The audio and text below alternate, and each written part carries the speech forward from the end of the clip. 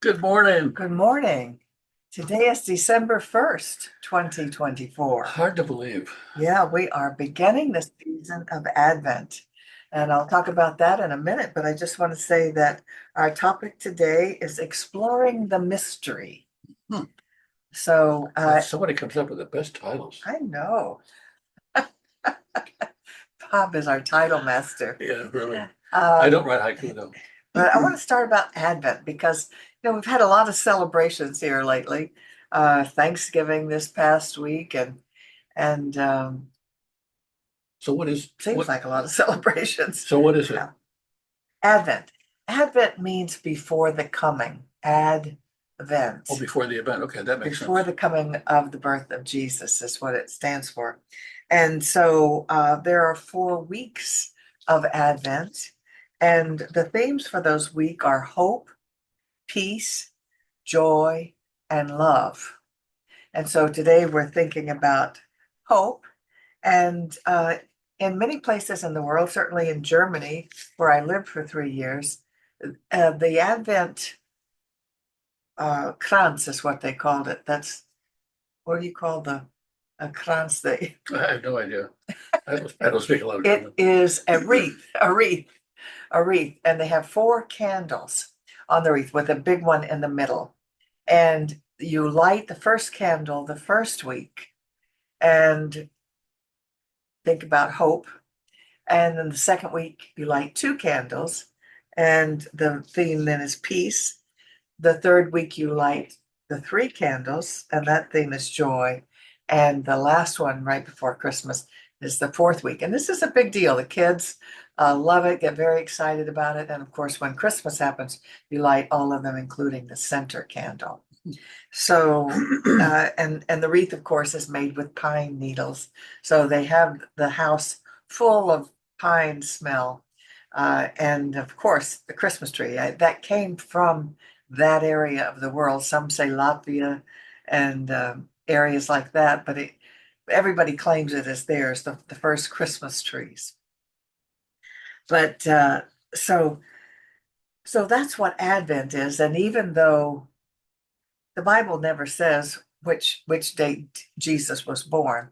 They decided to make Christmas during this season, and I used to object with that it was made up and whatnot. But now I just really enjoy. It makes sense. December for many people, for many of you watching, is the darkest, coldest time of the year. And we need some light and we need some celebration.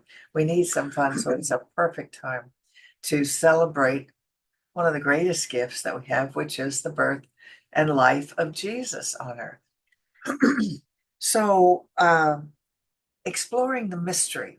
Well, God, before you go there, since you introduced hope, I want to at oh, least mention it in passing. Werner Erhard said, and I love it, hope is what you have when you don't have a plan. And I think what he's talking about is the idle hope that one has without having done any of the footwork or the legwork or anything to prepare for. I just hope it works. If you have a flat tire, you hope you have a spare. And the hope you have is based on past experience. It says generally there is a spare in the trunk. And so the hope is not an idle hope. You open up the trunk, you do something, you have a plan.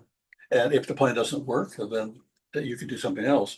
But the important piece of hope is that it's an emotional yes. It's yes, the heart saying, we can do this. And what we have to be careful that we don't have hope be, well, I sure hope it works, and then we walk away and see what happens. Because it's going to require some level of activity. And we already know when Ernest Holmes talks a lot about this and many different times is that uh, action sets the course for affirming that this is in fact something that's going to happen. right. And what many people do in many parts of the world is that they hope they make it through the long, cold, dark winter with enough heat.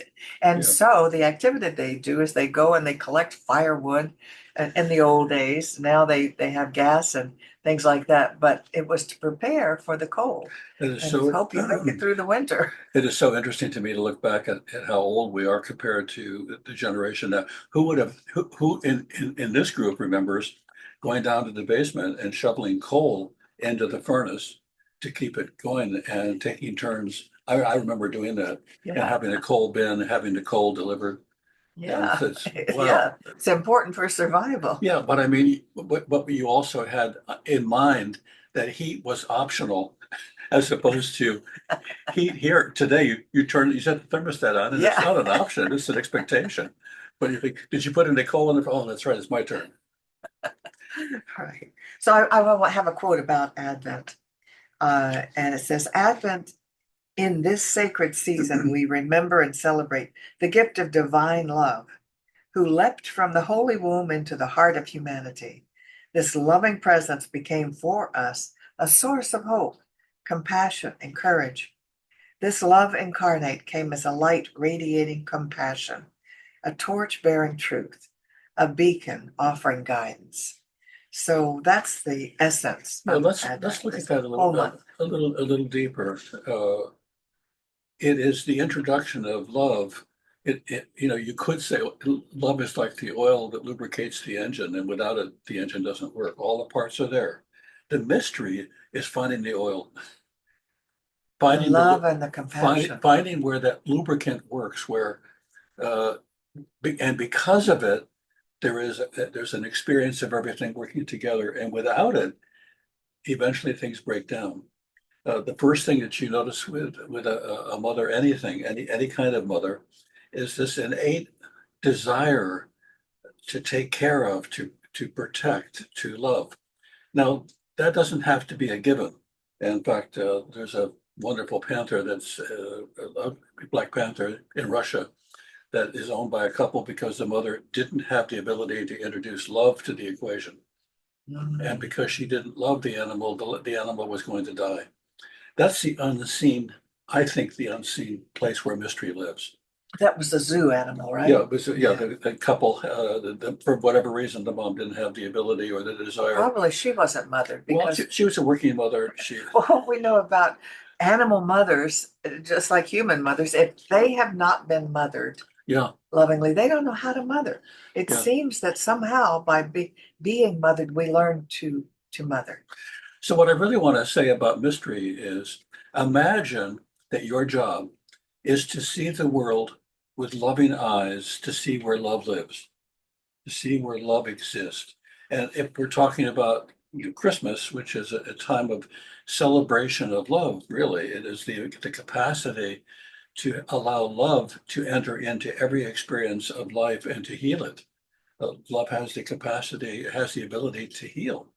And so if we were going to look for the mystery, and I would invite you when you go outside or whatever you're doing, where do you see the love being expressed? How does that fit? And it does fit in everything. So with we were talking earlier about what keeps us from being able to easily love. Mm, Even like Jesus says, love your enemies and do good to those who persecute you. It seems so unnatural for us, and that was one of his greatest teachings. And it is because we are basically beings that are always considering our survival. And it comes from, having to grow up with lions and tigers and bears. am I? Oh my. So you're always looking, is this tribe safe? Is this animal safe? And so it's always about survival. Well, we carry that through with us still today. And we're always looking, is it safe? Is this am I safe now? Is this person safe? And that keeps us from seeing the good and certainly the spiritual in other people automatically. Yeah, well, actually, what we've done is we've made this analysis of the universe around safety rather than to discover its connectedness and its relationship to us, its kindness toward us. And so, since we don't often view the universe as kind, we view it as ominous and even dangerous. We then are looking for the danger. And I have to bring it up again. I know we've talked about it before. Is that when I used to say to somebody, "Thank you for doing that," they would say, "You're welcome." And now what they say is no problem.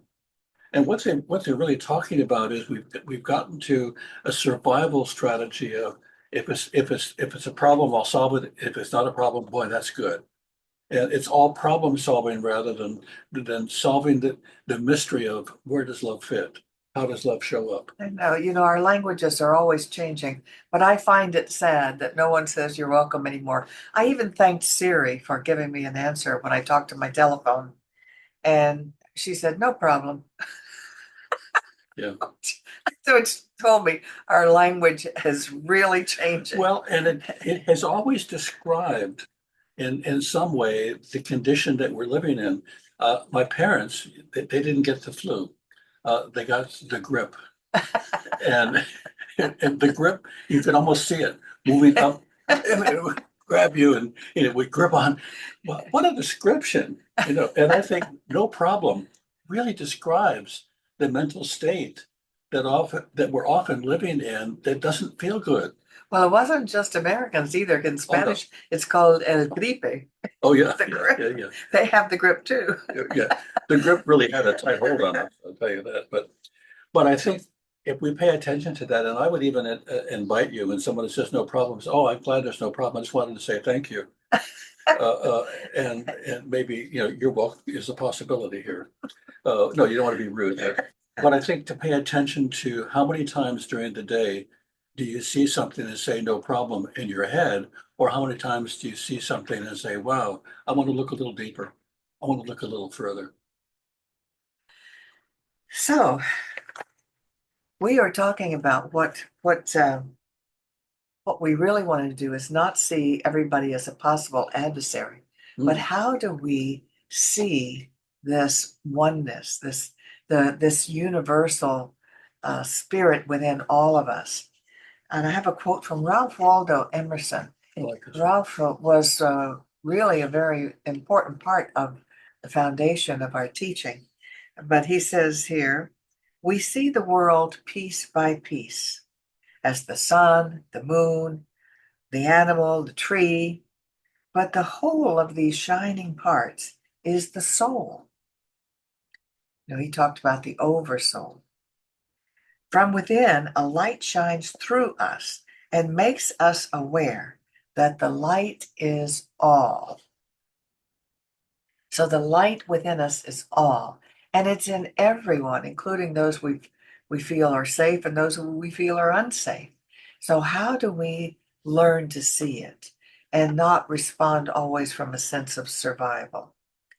And basically, it's through um, meditation and spiritual practices, whatever those spiritual practices may be for you. Some find just being in nature a spiritual Well, I practice. think it's attending to what is actually occurring around you rather than doing multitasking, which is in my mind, I'm working on a problem, but I'm walking to my car. Why not in my mind while I'm walking to the car, I be mindful of walking to the car? Mindfulness is a way of attending to the world that you're actually in, which allows you not just to see problem, no problem, but to actually see what's happening. I went out this morning, it's cool here, it's really nice. And I hear this bird screeching and screeching and screeching. I'm thinking, so I started looking for him and eventually I found him. There's a blue jay declaring that the mockingbirds don't own the property. And, they have these discussions every day, but he was beautiful. Now, I could go outside and say, that's a bird, okay, yeah, but not my bird. I don't have to feed him, no problem. Or I could say, what is this in nature that's happening and how can I see into it? How can I breathe my life into it as well? So I find it easy to love people that are friendly to me and smiling at me and like me. I have a little problem when someone doesn't like me, criticizes me. I just want to avoid that person. And I think we're all basically that way. So how can we get to that point, as Jesus said, to love those, uh, love your enemies and do good to those who persecute you? Well, this is how one man found out. I want to read you this story. 5 centuries ago, halfway around the world in an Indian village in Punjab, there lived a young man named Baba Nanak, who was deeply troubled by the violence around him, Hindus and Muslims in turmoil, killing each other. One day he disappeared on the bank of the river for 3 days. People thought he was dead, drowned. But Nanak emerged on the third day with a vision of the oneness of humanity and of the world. This vision threw him into a state of ecstatic wonder, and he began singing songs of devotions called Shabads, praising the divine within him and around him. Love made him see with new eyes. Everyone around him was a part of him that he did not know yet. Let me find where I was. I see no stranger, he said. I see no enemy. Nanak taught that all could see this truth. There's a voice inside each of us that names itself as separate from you. But separateness is an illusion. When we quiet the chatter in our heads through music or meditation, the boundaries begin to disappear. We are part of one another. Joy rushes in. Long after the moment passes, we can choose to remember the truth of our interconnectedness, that we belong to one another. Baba Nanak grew to become the founder of Sikhism. Hmm. Isn't Seeking that, each other. yes, isn't that interesting? So that's what we all need to seek to do. Right. And we have to do it, I think, through spiritual practice. Well, I think we have to be adventurers and look for where love lives and how. And The Godfather, which is, of course, a very spiritual movie, he talks about keep your enemies, keep your friends close and your enemies closer. But what he's really saying is get to know your enemy, know enough about your enemy and what your enemy is doing, that your enemy isn't a threat. Well, if your enemy isn't a threat, there's an opportunity in there for this not to be an enemy. There's an opportunity if we were to know how people are different and see how that difference works for them and how it services them, we might be able to treat people differently. And so, And we tend to do that during this Christmas season yeah, more yeah, than any other time of the year. That's why it's such a lovely season with gift giving and greeting cards and, wishing everyone well. It's a lovely time of year, really, if we can allow ourselves to enjoy it and still instead of getting into the rush of gift buying and all that hassle, which we seem to do less of as we get older, which I really enjoy yeah. doing less, doing less, enjoying it more. I'm always impressed that we come up with words to describe things that tell us a little bit more than they maybe even wanted to know, like it's Black Friday. Uh, okay, what does Black Friday mean? In the face of light and Christmas and joy It and gets all love, the stores in the yeah, black right. It is about, hey, get instead of stuff, in the and red. get stuff now. And get stuff at a price that you can afford and the heck with whether the person that you bought it from makes any money or can even be in business the next week. It's not about that, it's black. And so it's interesting that we have a kind of darkness that moves into everything, and we have light that is in or is a part of everything. So then the question is, what are we looking for? And if we're willing to look for the light, we're willing to be the light, we're willing to share the light. Darkness has a hard time having much value. Exactly. So if you have that be your goal, to be able to see everyone as a friend and to love everyone, it becomes easier. It becomes easier. Why not love them? Some of your enemies are friends in waiting. That can happen. That can happen. Um, I found a quote. We were talking about what Emerson said about the light within all of us. And Albert Einstein, I have never seen this quote from Albert Einstein before. We teach that what you think about, what you expect, what you can see happening is the creation process that you, with the creative energy of our creator, create your own experience. This is what Albert Einstein says. Everything is energy. Match the frequency of the reality you want, and you cannot help but get that reality. It can be no other way. This is not philosophy. This is physics. He's basically supporting our teaching of how we create our lives, how we manifest what is in our consciousness, what we think, believe, see. And when I think we can see no enemies, that helps us create that reality. Match the frequency of the reality you want. Now, I know many of us have gone through recent election disappointment and have had some fear about what's to come. We need to really watch our thinking and watch our expectations and start expecting good, looking for the good, see no enemies, and see how positive we can make this experience. Well, I don't think there's any benefit in becoming more and more apprehensive and spending a great deal of time Exactly. predicting how bad it's going to go. If it's going to go badly, we'll discover that. And part of my experience has been for every breakdown I've experienced, it has been a breakdown on the edge of a breakthrough. And after the breakdown, and I understand it, I can have a breakthrough. If in fact our government is broken or is breaking, then there's a great opportunity for there to be healing. And I don't know who the healing person is or will be, or maybe is already in position. And maybe this whole process that we're dealing with is a kind of healing that we've needed and didn't want. And so, but if we stay open to the possibility of bringing love to this equation, rather than, no, I want nothing to do with that. I don't like these people. I don't trust any of them. It's all going to go bad.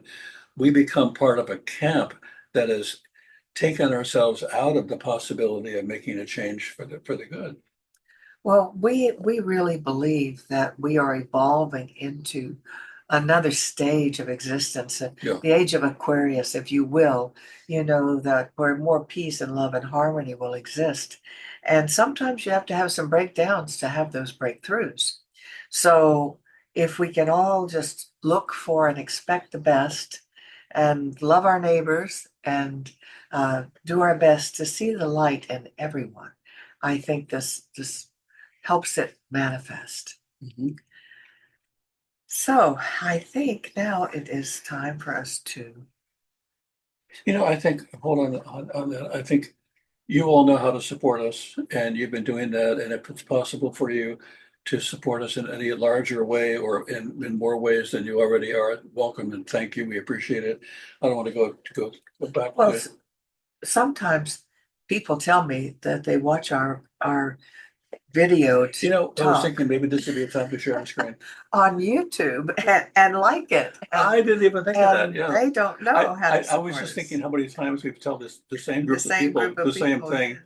yes. And we do really appreciate your support of us and what we're doing But here. I check the YouTube and we have hundreds of people who actually Wow. watch our videos. Like I Yes. said, let's do the share screen. So we Okay. want to show you how to support this ministry if you would like to. You go to our website, which is this, cslpalmbeaches.org, That's good to know. and then you go to the second button, ways to donate, and that's how you can, it will show you ways that you can donate. So do you want to skip the affirmation? No, let's do that. Okay, we do the affirmation. Okay. And it's a really important affirmation. It isn't just us here saying something so that you'll send us money. It is a real affirmation. My investment today is made with a full realization that God is the source of my supply and returns it to me enriched and multiplied. And so it is. I like it. I'm sure glad we did that. Stop sharing. There we go. And now we can stop the video as well.